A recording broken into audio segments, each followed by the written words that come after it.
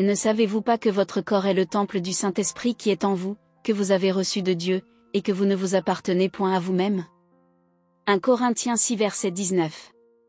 Ressens-tu cette étrange lourdeur?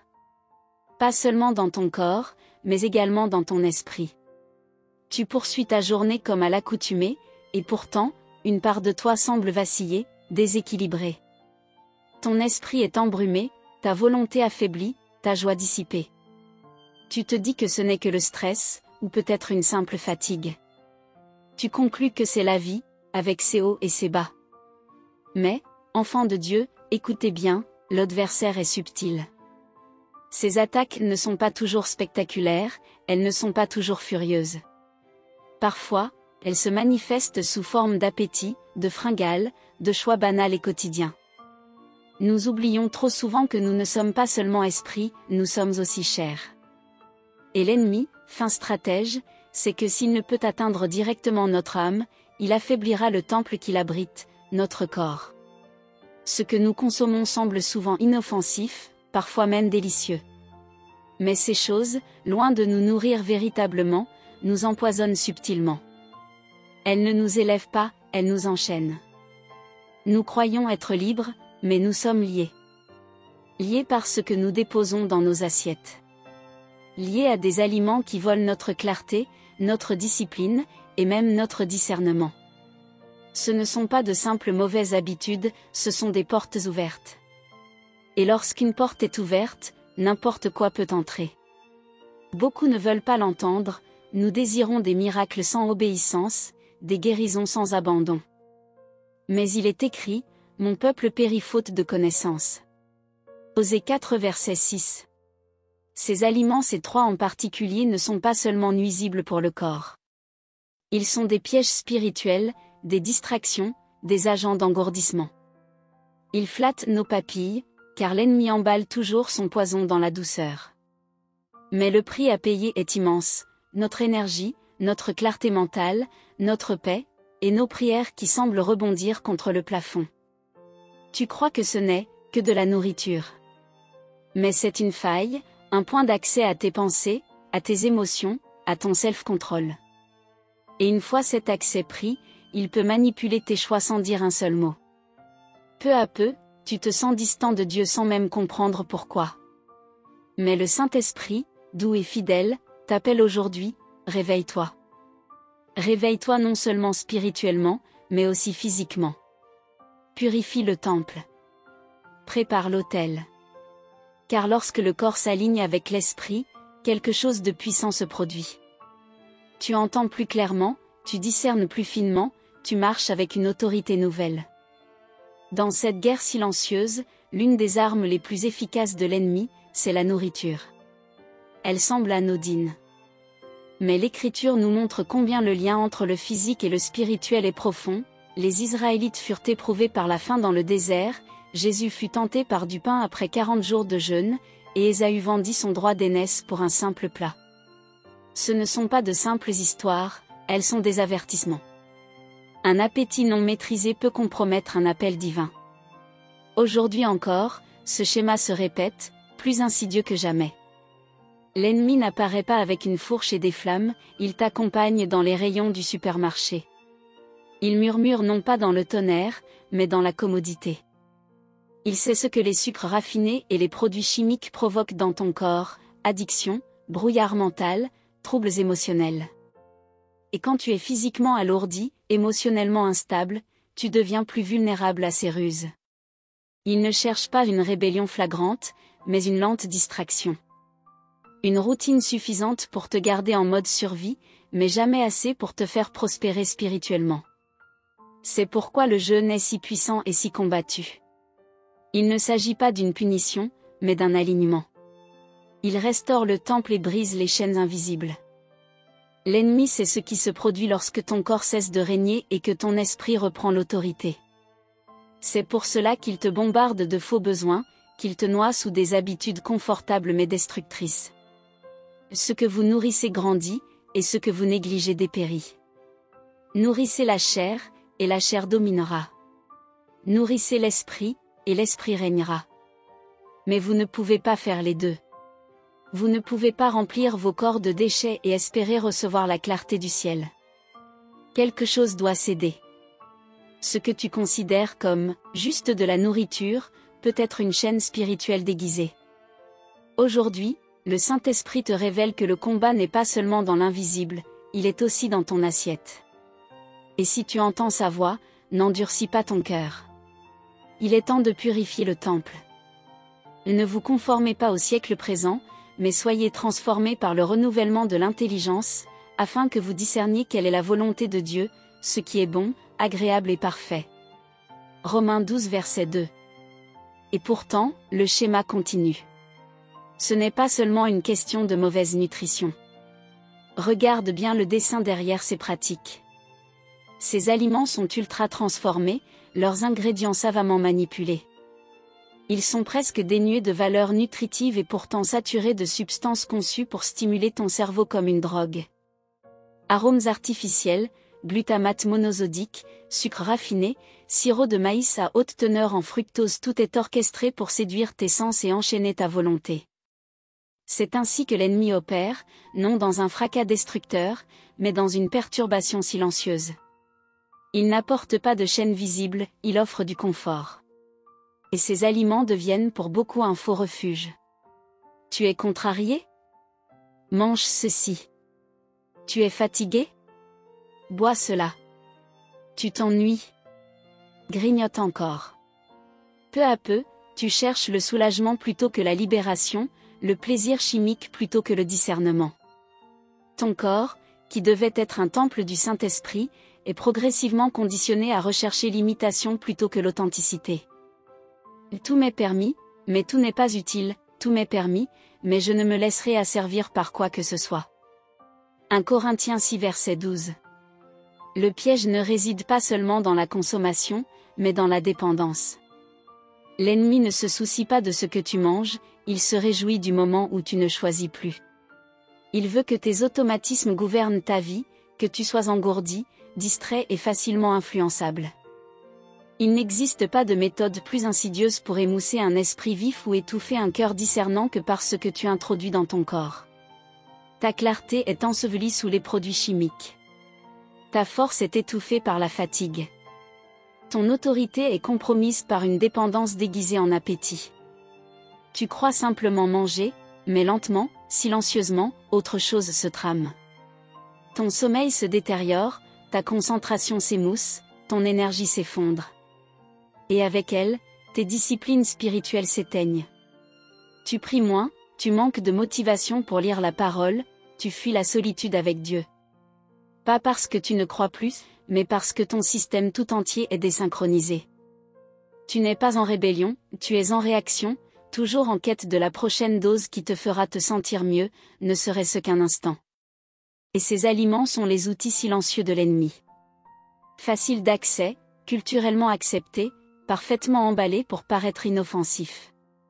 Mais il ne s'agit pas simplement de santé, il s'agit de sainteté. Et ne savez-vous pas que vous êtes le temple de Dieu, et que l'Esprit de Dieu habite en vous? Si quelqu'un détruit le temple de Dieu, Dieu le détruira, car le temple de Dieu est saint, et c'est ce que vous êtes. 1 Corinthiens 3 versets 16 à 17. Ces pièges spirituels souillent le temple non par un événement dramatique, mais par des années de décadence silencieuse. Tu ne t'effondres pas en un jour, tu te déconnectes doucement. Tu n'adores plus avec la même intensité. Tu cries vers Dieu, pourquoi, Seigneur? Mais la réponse n'est pas toujours dans les cieux. Parfois, elle se trouve dans ton assiette. Souviens-toi de Daniel à Babylone. Il refusa les mets du roi, choisissant légumes et eau non seulement pour sa santé, mais pour sa sainteté, sa clarté et sa discipline. Daniel 1 verset 8 à 16. Il savait que ce qu'il mangeait pouvait soit fortifier son esprit, soit l'affaiblir. Et aujourd'hui, ce principe demeure. Tu ne peux pas remplir ton corps de ce que le monde a conçu pour engourdir et espérer marcher dans une vigilance spirituelle. Les deux ne peuvent coexister. Le piège n'est pas seulement dans la nourriture. Il réside dans ce qu'elle te vole. Une fois pris dans le cycle, il devient difficile de voir clair. Ces aliments ne sont pas seulement addictifs, ils sont normalisés. Tout le monde les consomme. Ils sont bon marché, rapides, pratiques, mais cela n'en fait pas une vérité. Large est la porte, spacieux est le chemin qui mène à la perdition, et il y en a beaucoup qui entrent par là. Mais étroite est la porte, resserré le chemin qui mène à la vie, et il y en a peu qui le trouvent. Matthieu 7 versets 13 à 14. Ce chemin étroit exige parfois de dire non à ce que tout le monde célèbre. Il demande de discerner non seulement ce qui a bon goût, mais ce qui mène à la vie. D'écouter la voix douce de l'esprit qui murmure, « Cela ne t'appartient pas ». Ces chaînes déguisées en choix deviennent des liens invisibles. Plus tu les choisis, plus elles te choisissent. Tu commences à organiser ta journée autour d'elles. Tu les justifies, tu les protèges. Et pendant ce temps, l'ennemi sourit. Non parce que tu es mauvais, mais parce que tu es engourdi. La puissance a disparu. La patience s'est éteinte. Et le piège a fonctionné. Mais ce n'est pas un message de culpabilité. C'est un appel au réveil. Un cri pour que tu vois ce que tu ne voyais pas. Pour que tu comprennes que tout ce qui est permis n'est pas utile et que certains aliments, bien qu'acceptés par la culture, sont mortels pour ta vocation. L'ennemi joue sur le long terme. Il ne cherche pas à te détruire en un jour, mais à t'émousser sur des années. Il ne veut pas te tuer, il veut t'épuiser. Pendant ce temps, ces produits restent là, silencieux, séduisants, vendus comme des sources de joie et de confort, mais en réalité, ce sont des pièges pour ton esprit. Ils t'entretiennent dans des cycles d'engourdissement et d'addiction. L'obéissance dans tes choix physiques n'est pas secondaire à la puissance spirituelle. Elle en est le fondement. Ainsi donc, frères, je vous exhorte, par les compassions de Dieu, à offrir vos corps comme un sacrifice vivant, saint, agréable à Dieu, ce qui sera de votre part un culte raisonnable. Romains 12 verset 1. Lorsque tu réalignes tes choix naturels avec ta faim pour le surnaturel, quelque chose se libère. La clarté revient, la force renaît, le feu de l'esprit recommence à brûler dans tes os. Car ton corps n'est pas une simple enveloppe pour ta foi. Il est l'instrument même par lequel elle s'exprime. Dieu ne rivalise pas avec le désordre. Il attend un vase préparé pour le remplir de sa gloire. Aujourd'hui, entends cet appel, purifie le temple. Car ce que tu nourris grandira. Nourris la chair et elle dominera. Nourris l'esprit et il régnera. Et tu ne gagnes pas la présence de Dieu? Tu te prépares à la recevoir. L'obéissance dégage le chemin. Lorsque tu commences à honorer ton propre corps, soudain, ce qui était caché derrière la désobéissance devient visible. Ton esprit s'éclaire. Ta pensée devient plus lucide. Ton cœur se sent plus léger. Tes paroles prennent de l'assurance, et ton écoute devient plus profonde. Le brouhaha intérieur qui brouillait ta perception spirituelle commence à s'estomper. Les désirs incontrôlés, ces chaînes invisibles qui t'empêchaient de progresser, perdent leur emprise. Car lorsque tu disciplines ta chair, ton esprit s'élève. Mais cette transformation ne se produit pas dans un moment spectaculaire ou dans une extase émotionnelle. Elle s'inscrit dans le rythme discret et fidèle des décisions quotidiennes, celles que personne ne remarque, sauf le ciel. L'obéissance n'a rien de glamour. Elle ne fait pas de bruit. Elle ne ressemble pas toujours à la puissance, mais elle est puissance. Car chaque fois que tu dis non à ce qui détruit ton corps, tu dis oui à ce qui bâtit ton esprit. Chaque fois que tu choisis des aliments qui nourrissent, au lieu de ceux qui engourdissent, tu reprends un territoire que l'ennemi croyait posséder. Lorsque tu choisis de bouger, de prendre soin de ton corps plutôt que de sombrer dans l'inertie, tu prophétises sur ta propre vie par tes actes.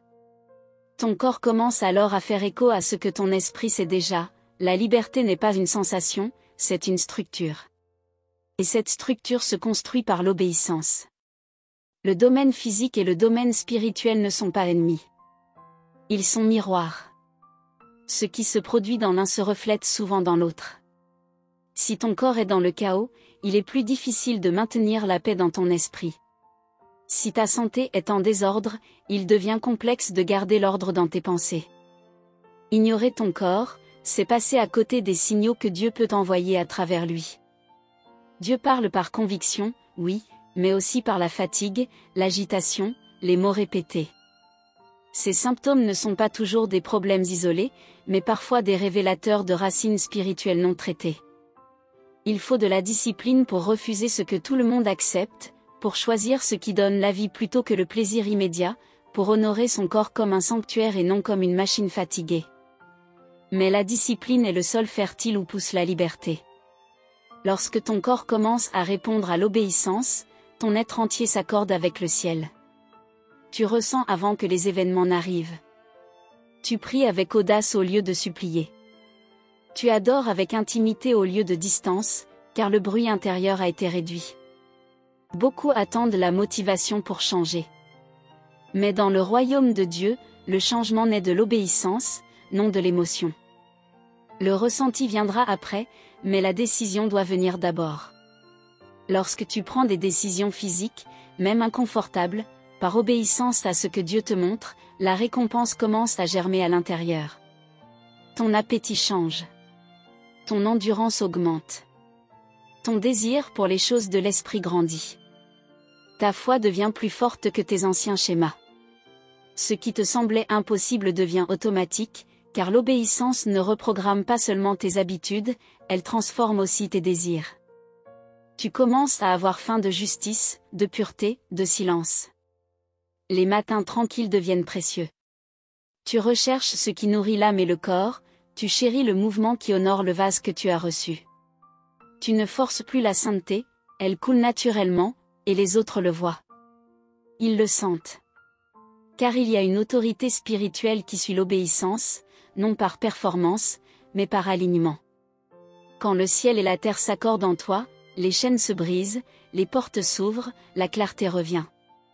L'obéissance dans le domaine physique ne relève pas de règles, mais de préparation. Il s'agit de faire de la place. Il s'agit de préparer le temple pour celui qui doit l'habiter. Et lorsque le temple est prêt, l'esprit vient. Et quand l'esprit vient, plus rien ne reste pareil. Le plus grand combat de ta vie n'est peut-être pas contre les démons extérieurs, mais contre ta propre négligence intérieure. Ne méprise pas les petits choix quotidiens, ce sont eux qui bâtissent ou détruisent le sanctuaire. Ne savez-vous pas que votre corps est le temple du Saint-Esprit qui est en vous, que vous avez reçu de Dieu? Vous ne vous appartenez point à vous-même. 1 Corinthiens 6 verset 19. Amen.